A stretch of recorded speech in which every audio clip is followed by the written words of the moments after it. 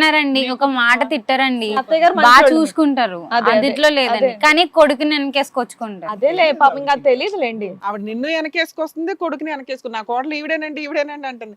అంటే మీ జనరేషన్ ఎట్లా అయిపోయిందంటే వాళ్ళు 4 గోడల మధ్య ఇక భర్త ఏమైనా తెస్తే తినటం, లేకపోతే మగాళ్లే డామినేషన్, ఇంట్లో ఆళ్లే చూసుకోవాలనే క్యారెక్టర్. అసలు ఆవిడ ఏం అనలేవు, నీ కొడుకుని ఇలా పెంచావేంటి, నువ్వు బాగానే పెంచుంటావు తల్లి. ఆయన బయట సొసైటీలో తిరిగి ఓహో జెంట్స్ ఇలా ఉండాలేమో అనుకుని విచ్చలవిడిగా తయారయ్యాడు నీ కొడుకు. అదొకటే. ఇంకోటి ఏంటంటే భర్త మంచం మీద ఉన్నాడు, ఆవిడకి ప్రాణాల మీదకి వచ్చేటటువంటి పరిస్థితి. ఇప్పుడు సంపాదించి కొద్ది గొప్ప తినిపించేటటువంటి మగాడు ఎవరన్నా ఉన్నాడంటే కొడుకే. ఇప్పుడు కొడుకుని చెడ్డ చేసుకోలేదు ఈరోజు, కాబట్టి ఆవిడ అలా మాట్లాడుతుంది. కాబట్టి నీ జీవితాన్ని ఏది నువ్వెలా కాపాడుకుంటావు అనేటటువంటిది ఒకసారి చూద్దాం. ఏమ్మా, ఎందుకంటే నేను ఇందాకే అడిగా, మీ పేరెంట్స్కి తెలుసా అంటే కనుక వద్దు సార్, మా పేరెంట్స్ వరకు తెలియక్కర్లేదు, నా జీవితం ఏదో నేను చూసుకుందామని. ఇక్కడ ఎవరు కావాలి? మాలాంటి పెద్దవాళ్ళు ఎప్పుడు వస్తారు? ఫేజ్ 2లో వస్తారు. సో నువ్వు ఆల్రెడీ మీ పేరెంట్స్ని ఇన్వాల్వ్ చేసి ఇతనికి ఒక గడ్డి పెట్టుంటే కనుక అసలు నిజాలు బయట ఆహా లేదు సార్, ఇప్పుడు మా ఫ్యామిలీకి తెలిసిందంటే నీ కొడుకు అలాంటోడా అని ఈవిడిని అంటారు. ఈవిడికి అసలు ఏమీ తెలియదు సార్. మళ్ళీ ఏమీ తెలియని ఈవిడిని ఒక మాట అనిపించడానికి కూడా అంతగా అనిపించలేదు. ఈవిని కాపాడుకోవాలి, నీ భర్తను అంటే మంచి మార్గంలోకి కాపురం తెచ్చుకోవాలి. నిలబెట్టుకోవడానికి నువ్వు అది మాక్సిమం ప్రయత్నిస్తున్నావు. ఇలా ఒక ఇంట్లోనే ఉన్న కుటుంబం మాక్సిమం మీరు కూడా అసలు యాక్చువల్ బయటకు వచ్చి మీరు జాబ్ చేస్తూ కొంచెం లీడ్ తీసుకుంటే మీ అత్తగారు కూడా కాస్త అవేర్నెస్ వచ్చేది, బయట ఎలా ఉన్నారు, వాళ్ళ కొడుకు ఎలా ఉన్నాడని. ఈయన భాగవతం అమ్మ, నువ్వు ఒక విషయం గురించి ఒక అమ్మాయి ఉందేమో కనుక్కోండి అన్నారు కదా. మా టీము ఎంక్వైరీ చేస్తే ఇంకొక మీరు ఎక్స్పెక్ట్ చేయలేని ఇన్సిడెంట్లు మాకు జరిగినాయి. మేము అసలు ఇప్పటిదాకా ఎందుకు ప్లాస్టర్ వేసుకొని కూర్చున్నాం నోటికి అంటే కాస్త ఆశ్చర్యకరమైన విషయాలమ్మా.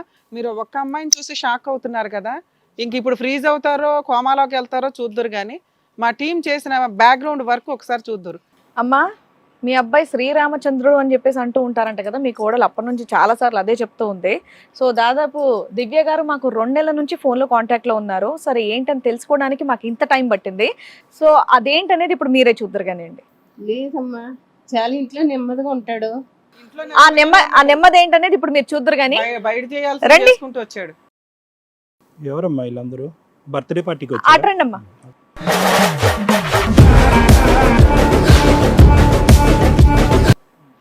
నీ పేరేంటమ్మా? సంజయ్. నీ పేరు? రమ్య. ఏమ్మా, ఆయన ఎవరో తెలుసా? తెలుసు, మా ఆయనే కదా. ఆ? మా ఆయన. ఏంటి ఇంతమందా? నన్నే అనుకున్నా, ఈమెను అనుకున్నా, వీళ్ళు కూడానా? ఇంకా నిజం చెప్పు, ఎంత మందితో పెడతారు ఇంకా?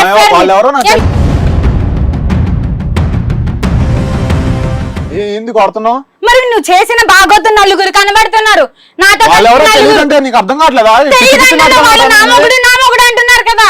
ఏ అవసరం ఉందయ్యా వాళ్ళకి మొగుడు అనేది? అంటున్నావు నువ్వు. ఏమో మిమ్మల్ని మ్యారేజ్ చేసుకుని ఎన్ని ఇయర్స్ అయింది? ఆ అమ్మాయి 1 year బ్యాక్ చేసుకున్నాడు, ఈవిడ 9 ఏళ్ల క్రితం. మీరెంత? 3 years? నువ్వు 6 years అవుతుంది. 6 years? First, second, third, fourth. బర్త్డేకి ఒకలా?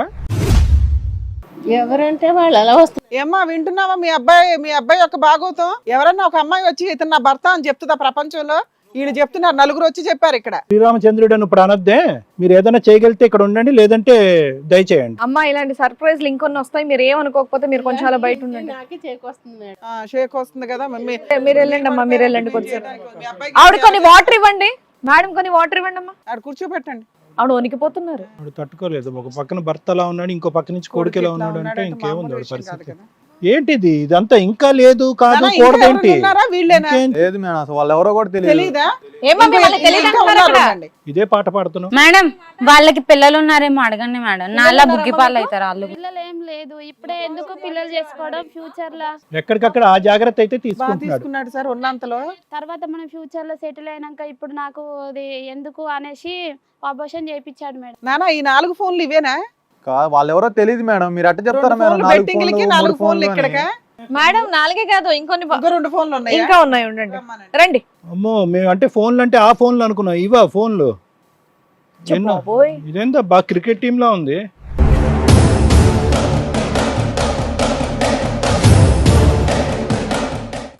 ఏదో ఫ్యామిలీ ఫోటో దిగడానికి వచ్చినట్టున్నారు. ఓ, ఏదో ట్రోఫీ అందుకున్న క్రికెట్ టీమ్ లా ఉంది.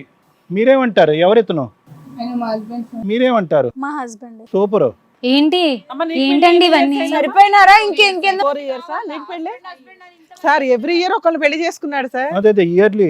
ఈ రోజు బర్త్డే కదా, ఈ రోజు ఏమన్నా ఉందా? ఏంటి మేడం మీరు ఓయ్! ఫోన్ లో సిమ్ మార్చినట్టు చేస్తున్నారు ఏంటి మేడం? మార్చింది అలాగే కదా, కూర్చో. కూర్చోమంటే ఇక్కడ. ఏ బాబు, ఇట్రా, నువ్వు ముందు కూర్చో. అనవసరంగా పోలీసుని పిలవాల్సి వస్తుంది. కూర్చో ఇక్కడ, మర్యాద కూర్చో. నువ్వు ఇక్కడ, నువ్వు పోతాను అక్కడ పంపారు కానీ నువ్వు కూర్చో ఇక్కడ. కూర్చోద్దా. నువ్వు కూర్చో, వేరే పని ఉంది నువ్వు కూర్చో అమ్మా. ఏమో పని పట్ల కూడా కూర్చున్నావు అనుకున్నావా ఇక్కడ? నేను రానన్నా పని పట్ల కూడా తీసుకొచ్చాను కూర్చున్నావు అనుకున్నావు. కూర్చో ఇక్కడ మర్యాదగా. నా చేయలేకొస్తుంది, మీ ఆవిడది కాదు, నా చేయలేకొస్తుంది చెప్తున్నాను నేను. మొత్తం బయటపడింది, ఇప్పుడు భయం వేస్తుందా? చేసింది మంచి పనా? వెళ్ళిపోతున్నావు, ఇంకేం పని ఉంది? ఇంకొకటి వస్తా అని చెప్పిందా? కేక్ కటింగ్ అవ్వలేదు, కూర్చుంది. నీ గురించి ఎంక్వైరీ చేస్తే బయటపడినవి ఇవి, ఇంకా బయటపడినవి ఎన్ని ఉన్నాయో. ఎంక్వైరీ చేసే సాక్ష్యాలు ఏమి మేడం? వీళ్ళే సాక్ష్యాలు నానా, వీళ్ళ దగ్గర వీళ్ళే photos సాక్ష్యాలు ఉన్నాయి. అంటే? వీళ్ళ దగ్గర ఫొటోస్ ఉన్నాయి. నువ్వు ఒప్పుకోవట్లేదు చూసావా, నిన్ను మెచ్చుకోవాలి. పోలీస్ స్టేషన్ కి తీసుకెళ్లి నిన్ను ఏం చేయాలో అది చేస్తే నువ్వు అప్పుడు ఒప్పుకుంటావు. అరే బాబు, వాళ్ళందరూ గొయ్యి తీసి పాతేసేటట్టున్నారు. ఇప్పుడే అదంతా కాదు. నేను బాలేనా? అంతమందిని పెట్టుకోవడానికి అంత కొవ్వెక్కి కొట్టుకుంటున్నావా నువ్వు? అంత ఎక్కి కొట్టుకుంటున్నావా? అమ్మ, నీకు చాలా మంది ఉన్నారు నీ వెనకట్ల అడిగేవాళ్ళు అందరూ. అమ్మ అంటే మీరు ఎవరు కూడా లెక్క పత్రం లేకుండా ఎక్కడి నుంచి వచ్చాడో చూడకుండానే గుళ్ళో పెళ్లి చేసుకున్నారా? ఎక్కడ పెళ్లి చేసుకున్నారు? లేదు, మాటలతో నమ్మించి మోసం చేసిండు. అన్ని లవ్ మ్యారేజ్ లేనా? అవును. ఇది ఒకటే అరేంజ్డ్ మ్యారేజ్ వ్యవహారం. అవును. అంటే ఇంతలా మోసం చేస్తావు నన్ను.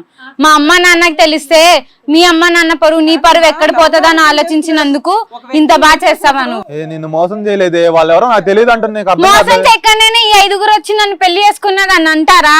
తెలీదు అసలుకి. నాకు తెలుసా? నాకు తెలియకన్నా ఇయ్య నడిపిస్తున్నావా, ఇంకెన్నో నడిపిస్తున్నావు? ఈవిడికి పెళ్లి 9 ఏళ్ళు అవుతుందంటమ్మా. ఈవిడ తర్వాత మీ అందరినీ చేసుకున్నాడు. మీరేంటి అంత సైలెంట్? షాక్ లో ఉన్నారండి అంతే. నాకు ఒక కొడుకు కూడా ఉన్నాడు, 5 ఏళ్ళ కొడుకు ఉన్నాడు నాకు. అమ్మా, ఇప్పుడు ఏంటి వీళ్ళందరూ రోజుకు కూడా సోమ మంగళ బుధ ఇంకా ఒకరు ఉన్నారా? ఏంటి సార్ అలా మాట్లాడరు? రోజు మరి ఇంకేంటి మరి, అంతే కదా అయ్యా. ఇప్పుడు వాళ్ళందరూ ఎవరు? 6 మెంబర్స్, అందుకే వారానికి ఒక రోజు వస్తున్నాడంట అందరు ఇళ్ళకి. ఇంకొకరు మిగిలి ఉన్నారు. నెక్స్ట్ ఇయర్ ఇంకొకరు ఎంట్రీ ఏమో. మా ఇంటికి వచ్చి 4 డేస్ నాకు లీవ్ ఉన్నది, పని ఉన్నది, ఇది ఉంది, అది ఉంది. ఇన్ని సంవత్సరాలు ఎలా నమ్మారు తల్లి మీరంతా? అసలు ఎంత ఎంత దారుణంగా ఉన్నారేంటి? మీకు బుద్ధి లేదా అసలు? ఎందుకు ఇప్పుడు 4 సంవత్సరాలు 5 సంవత్సరాలు అవుతుంది, ఒక వ్యక్తి ఎవ్రీ 4 days కో 5 days కో ఏది చెప్పడు మేడం, బుద్ధి ఉండదా? అది ఏం చెప్పడు. అది ఏం చెప్పనప్పుడు అడిగినా చెప్పు కానీ తీసి అవసరం కొట్టాలి లేదు కదా. అని చెప్పేస్తాడు. ఏం చెప్పడు. అమ్మ చెప్పట్లేదు అంటే కనుక మీ జీవితాలు అన్నింటిలో రిస్క్ లో ఉన్నాయని అర్థం. కాబట్టి అక్కడి నుంచి మీరు దయచేయాలనేటటువంటిది అర్థం. చెప్పట్లేదంటే కనుక అట్లా 5 సంవత్సరాలు సర్దుకుంటారా? లవ్ మ్యారేజ్ చేసుకున్నాడు కదా మేడం. అసలు వాళ్ళ ఇంటికి వెళ్ళాలని మీకు ఎప్పుడు అనిపించలేదా? ఇంటికి వెళ్దాం పదంటే ఇప్పుడు వద్దు, సెటిల్ అయినాక వెళ్దాం. మా ఇంట్లో మా అమ్మ నాన్న నువ్వంటే 1 year, ఈ సీనియర్లు ఉన్నారు ఇక్కడ 5 ఏళ్ళు సెటిల్ అవుతుంటే 6 ఏళ్ళు సెటిల్ అవుతుంటే అమ్మ నాన్న ఊరుకుంటారా? లేరు, నేను ఒక్కనే అని మాకు చెప్పేసింది మేడం. అంటే కష్టపడుతున్నాడు కదా, ఎందుకు? కష్టపడుతున్నాడు, లవ్ చేశాడు. అమ్మ, లవ్ మ్యారేజ్ అంటే నిజంగా లవ్ చేసేవాడు లవ్ మ్యారేజ్ చేసుకోవాడు. ఇక్కడ లవ్ కాదు, కొవ్వు. అందరి మీద ఏంటంటే కోరిక ఛాలెంజ్ తీసుకుంటున్నాడు. చేస్తున్నాడు. మీరు అసలు వైఫ్లే కాదంటున్నాడు. ఏ రకంగా ప్రూవ్ చేసుకుంటాం అనుకుంటున్నారు మీరు? ఫేస్బుక్ లో చాటింగ్, వీడియో కాల్స్. వాటితో పెళ్ళైనట్ట, అబార్షన్ చేయించిన వాటితో హాస్పిటల్ పెళ్ళైనట్ట, హాస్పిటల్స్ వాటితో పెళ్ళైనట్ల. ఫేస్బుక్ లో ఎవిడెన్స్లు పెళ్లి కింద పనికిరావు. మీ మధ్య రిలేషన్స్ కి పనికొస్తే అభాషణలు చేయించడం ఎవరైనా చేయించుకుంటున్నారు ఈ మధ్య. దీనికి లెక్కే లేకుండా పోయింది సమాజంలో.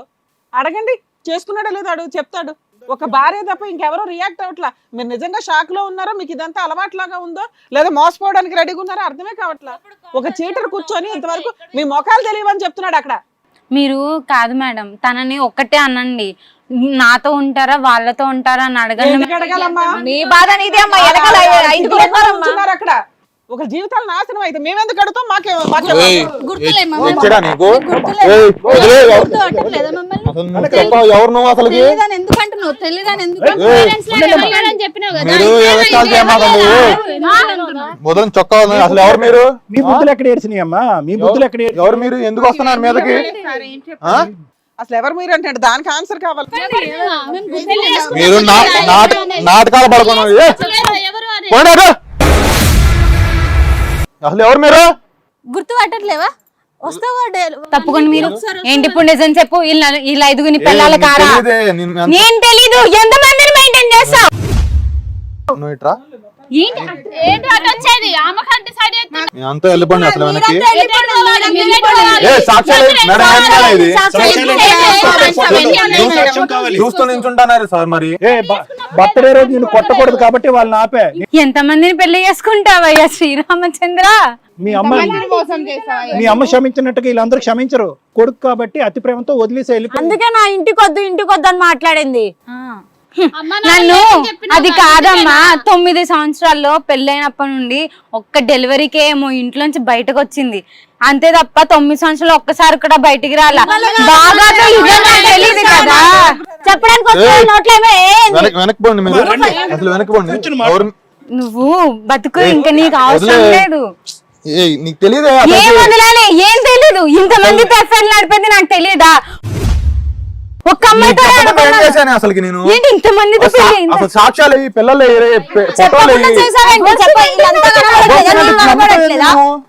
నమ్మాలి కదా. వాళ్ళందరూ నాకు అబోర్షన్ చేపించా అంటున్నారు కదా. నువ్వు కూడా తయారైంది. తయారవ్వాలి. పిల్లలు ఉంటేనే పెళ్ళా? పిల్లలు లేకపోతే పెళ్లి ఉండదా? అందరికి మరి అట్ట మోసం చేసినట్టు సార్. పిల్లలు ఉంటే పెళ్లి అయితే ఇది సార్ తాలేదు సార్ మెల్లో మాట్లాడుతున్నావు. చేయలేదా? వాళ్ళంతా తాలేదు మెల్లో సిగ్గు లేకుండా బయటకు నువ్వు మంచి పని చేస్తావు. తాలేసుకొని బయటకు రావాలా? అసలు నీకు మాట్లాడే ఇది లేదు. ఏంది లేదు ఇది? అయినా ఆ అమ్మాయిని అంటావు ఎందుకు? నీకుండాలి సిగ్గు. పెళ్ళం ఒకటి సరిపోదా? కావాలా నీకు? కూర్చో. అదేంటి పాప వాళ్ళు చూడాలి, ఏం చేయలేక షాక్ అయిపోయి ఉన్నారు వాళ్ళు.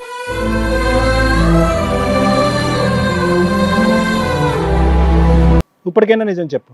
అసలు ఇంతమంది అబద్ధాలు ఆడతారని అయితే మాత్రం నేను అనుకోవట్లేదు. ఏం జరుగుతుంది?